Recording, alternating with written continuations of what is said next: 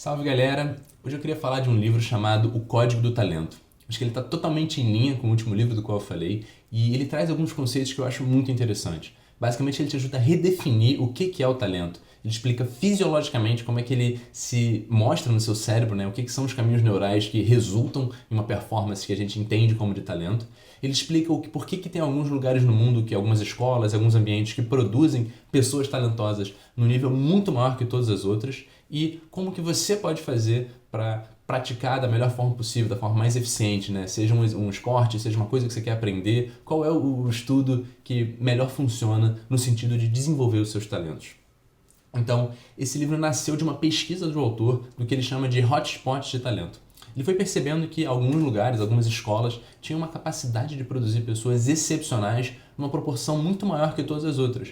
E a premissa dele seria que talvez esses lugares teriam, né, muitos recursos, teriam excelentes professores e coisas assim. E quando ele descobriu que era, na verdade, o oposto, muitas vezes eram lugares excepcionalmente humildes, né, escolinhas de futebol num canto muito ferrado, que não tinham todos os recursos, mas que geravam para profissionais que iam jogar nas seleções, que iam jogar nos times internacionais mais disputados, né, ou escolas de música que geravam musicistas e músicos que iam tocar nas orquestras sinfônicas e alcançar, né, os maiores prêmios daquele mercado. Isso foi mudando a concepção dele e fez ele entrar numa investigação de, ok, né, o que gera talento de fato? Quais são as coisas que melhor funcionam para isso? Então ele começa com a fisiologia. Né?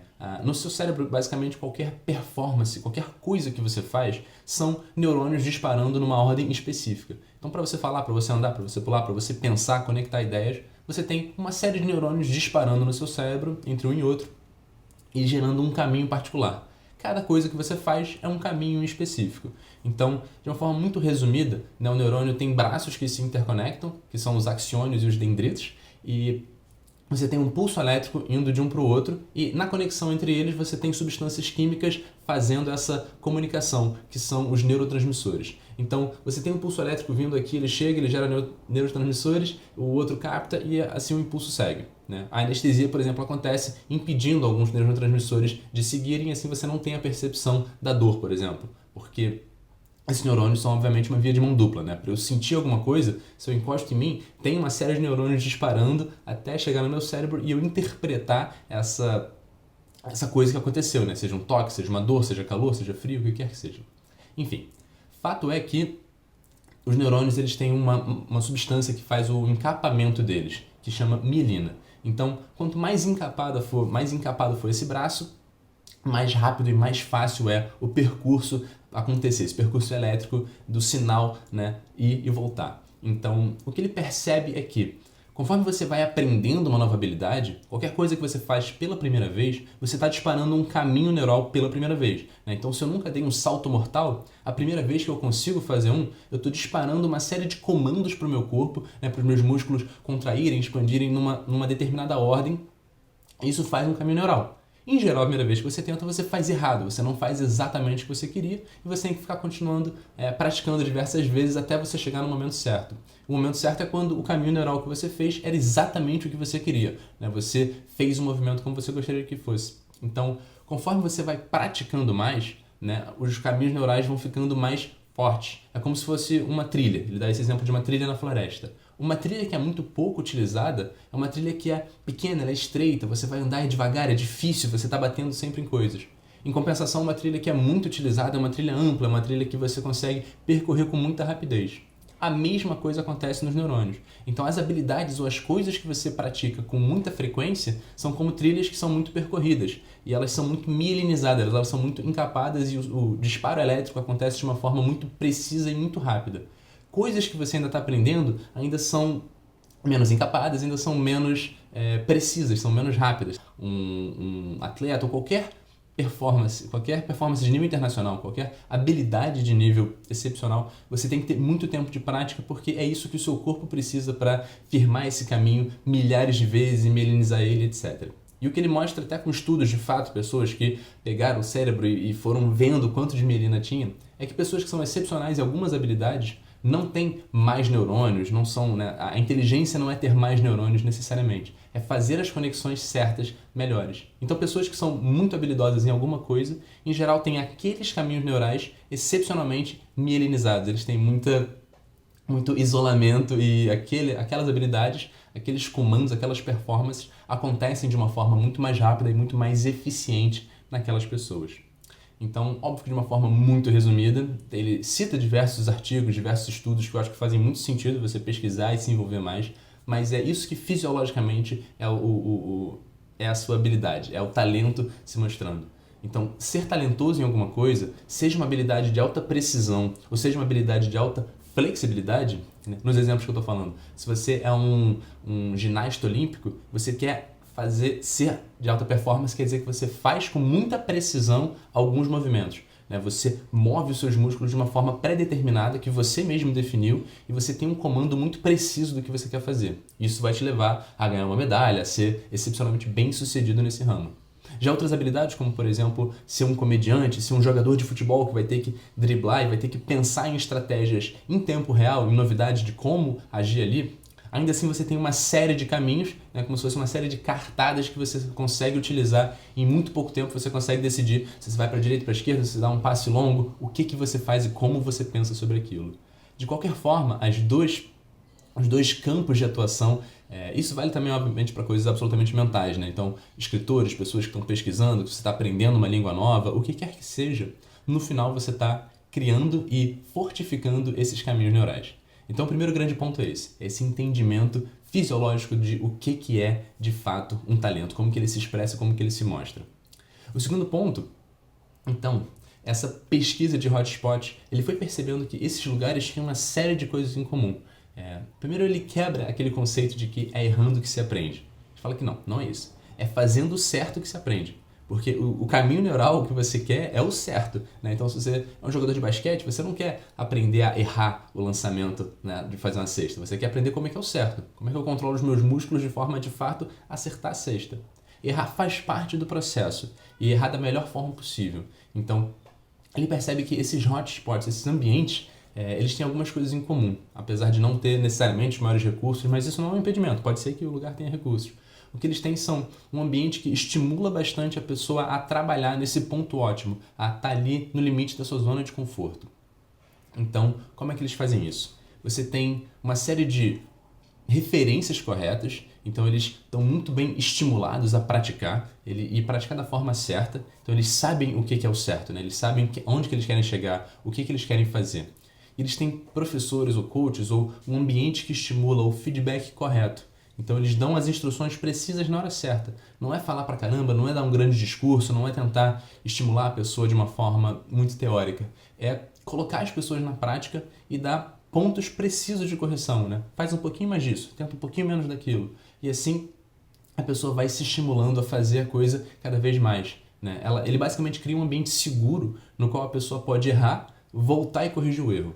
Esse é o grande ponto. Né? Se você não é errando que se aprende, é fazendo o certo que se aprende. Mas para fazer o certo, você tem que ser capaz de estar num ambiente seguro no qual errar não é um problema.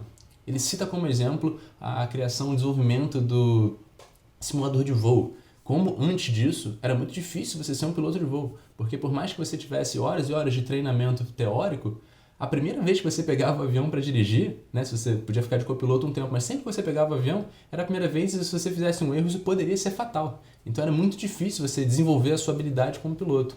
Conforme a tecnologia se desenvolveu e a gente conseguiu ter o simulador de voo, você podia ter um ambiente no qual as pessoas se testavam além do seu limite. Né? Porque se o avião caísse, a coisa quebrasse, não tinha problema nenhum, ele podia voltar e entender onde que ele errou, o que ele fez de diferente. Né? Mesma coisa quando você vai aprender. Vamos ficar no exemplo do ginasta olímpico. Né? Quando você vai aprender a dar um salto mortal, a fazer uma coisa muito perigosa, se você estiver num lugar do chão que é perigoso, vai cair e se machucar, você não vai chegar no seu limite. Né? Mas você está num lugar que é acolchoado, que você tem uma pessoa para te segurar, que você está protegido, você está numa cama elástica, aí você consegue tentar no seu limite. Porque você sabe que se você errar, você vai poder voltar e tentar de novo. Então, criar esse ambiente seguro, com um estímulo certo a progredir. Né? Então, as pessoas têm referência, têm os modelos, têm as pessoas que chegaram lá, fala-se muito, né, de quem são as referências nesse ambiente, então quem são os ginastas olímpicos que chegaram lá, quem são os jogadores de futebol que você quer emular e coisas assim. Você tem pessoas que estão dispostas a proteger, te corrigir o seu erro e te estimulam a tentar de novo. na forma certa, óbvio, né? Então você tem que ter descanso, você tem que dormir bem, tem uma série de outras coisas que vão impactar bastante no seu resultado. Mas esses hotspots, eles tinham essas coisas em comum. E a grande forma de você se colocar nesse ambiente, e aí tem vários títulos para isso, né? Prática deliberada, estudo sério, trabalho profundo, mas o que eles têm em comum é o fato de que você está no seu limite, que você entende até onde você tem a sua habilidade, você sabe onde você quer chegar e você está tentando ali uma coisa que você não domina ainda. E você está num ambiente tal que, assim que você errar, você pode voltar e tentar de novo. E mais do que isso, você vai poder talvez ter o feedback de, ok, onde que eu estou errando? Então você vai ter uma pessoa que entende muito do assunto dando esse feedback, ou você vai ter o seu feedback visual, né? Você filmou a sua performance, você está olhando aquilo depois e trabalhando em cima disso. Se for algo físico, você está analisando as suas jogadas de xadrez ou as grandes jogadas de grandes jogadores, entendendo onde que você errou e o que você poderia ter feito diferente e praticando de novo. Né? Se você está aprendendo uma língua nova, você está falando, você tem uma pessoa corrigindo imediatamente a sua pronúncia e você tenta de novo. Né? A pessoa fala o certo e você faz o certo de novo. O importante é que a última vez que você faça o certo, né? E você esteja num ambiente no qual seja estimulado o seu erro, porque o erro não é o mais importante, mas ele é um caminho para o acerto. E é assim que essa forma de prática deliberada é, sem dúvida, o melhor caminho, o caminho mais eficiente para você aprender qualquer coisa e para você desenvolver qualquer habilidade. Uma série de outros livros e de outros autores mostra isso. Por exemplo, a melhor forma de você estudar não é ler e reler os capítulos, não é fazer um resumo, é fazer perguntas e responder a elas. Simples assim. Então, se você está estudando qualquer matéria, anota algumas perguntas cuja resposta seja aquele tema, fecha o livro e tenta responder. Se você acertou, beleza, você entendeu aquele assunto. Se você errou, lê a resposta de novo, sublinha aquela pergunta e segue. Dali um tempo, volta para aquela pergunta para ver se você acerta. Né? Tem um youtuber que eu acho excepcional, chama Ali Abdaal, vale muito a pena dar uma olhada no canal dele. Ele é um médico em Cambridge e ele foi o primeiro aluno, né, com a nota mais alta por alguns anos seguidos, e ele fala que basicamente a forma dele de estudar é essa, é o que ele chama de estudo deliberado, que é responder perguntas e fazer isso espaçado no tempo, né? Ou seja, não vou fazer só uma vez hoje, vou fazer isso hoje, daqui a um tempo eu vou fazer de novo, daqui a um tempo eu vou fazer de novo. Então ele falou que essa é a forma muito eficiente de estudar, ele conseguia ser um aluno excepcional e ter muito tempo livre, porque ele estudava basicamente assim, ele parou de fazer nota, ele parou de reler os capítulos, ele parou de fazer resumos. Ele basicamente respondia perguntas e quando ele não conseguia, ele voltava e tentava de novo. Né? Então ele ficava sempre nesse limite do conhecimento dele, né? Vendo no que ele já sabe e tá ok, isso está bem firme, eu posso ir adiante, e onde que eu não sei, eu vou estudar exatamente isso. E eu paro no momento que eu consegui responder essa pergunta e eu vou para a próxima. Né? Então, isso nas áreas de conhecimento, nos esportes, né? Na música. Então você está aprendendo um instrumento, você está aprendendo a tocar violão, né? Você está tentando tirar uma música nova e você tem o que é o certo, né? Você tem ali a execução, você pode dar o play e ouvir exatamente o que você quer tocar. E aí você tenta. No momento que você errou, você volta e tenta de novo. Aí você conseguiu, você segue, depois você vai e faz isso de novo. Essa é a forma mais eficiente de estudar e acho que esse é o ensinamento que para mim mais vale a pena desse livro. Eu gostei muito de entender, relembrar fisiologicamente como isso acontece, ter a referência dos diversos lugares que geraram jogadores de futebol, como por exemplo o Ronaldinho Gaúcho. Né? Ele fala que o fato dele ter vindo, por exemplo, do mundo do futebol de salão, o futebol de salão é um espaço muito mais apertado comparado com o futebol normal. Então você tem que se desenvolver, aprender a driblar e fazer muito mais, porque cada jogo de futebol de salão você passa por aquelas experiências muito mais. Né? Você está o tempo todo no fogo, você está o tempo todo perto de outros jogadores e tendo que aprender a se virar ali. Comparado com o futebol de campo, no qual você tem que ter outras habilidades físicas, óbvio, você tem que ter mais resistência para correr longos períodos e por mais tempo, etc., e dar passes longos, mas essa habilidade de driblar é o que, em geral, separou muitos jogadores brasileiros e fez eles serem famosos internacionalmente, porque eles tinham essas habilidades muito bem desenvolvidas. De novo, óbvio que só esse assunto tem uma série de outras coisas que explicam, nenhuma habilidade é tão simples assim, nenhum talento só por causa de uma coisa ou de outra. Mas essa ideia de que você vai praticar num ambiente que mais te coloca ali no limite do que você sabe e do que você não sabe, que mais te coloca no fogo, que mais te força a estar fazendo algo novo e estar praticando de novo o que você já sabe bem, isso é o melhor. Isso que é, de fato, o Código do Talento. Então, vale muito a pena ler o livro, vale muito a pena sempre ver as referências, mas eu achei que isso era interessante. De novo, muito a ver com o que eu falei sobre o último livro, que é o So Good They Can't Ignore, né? Seja tão bom que eles não possam te ignorar. E, enfim, eu acho que vale a pena. Valeu.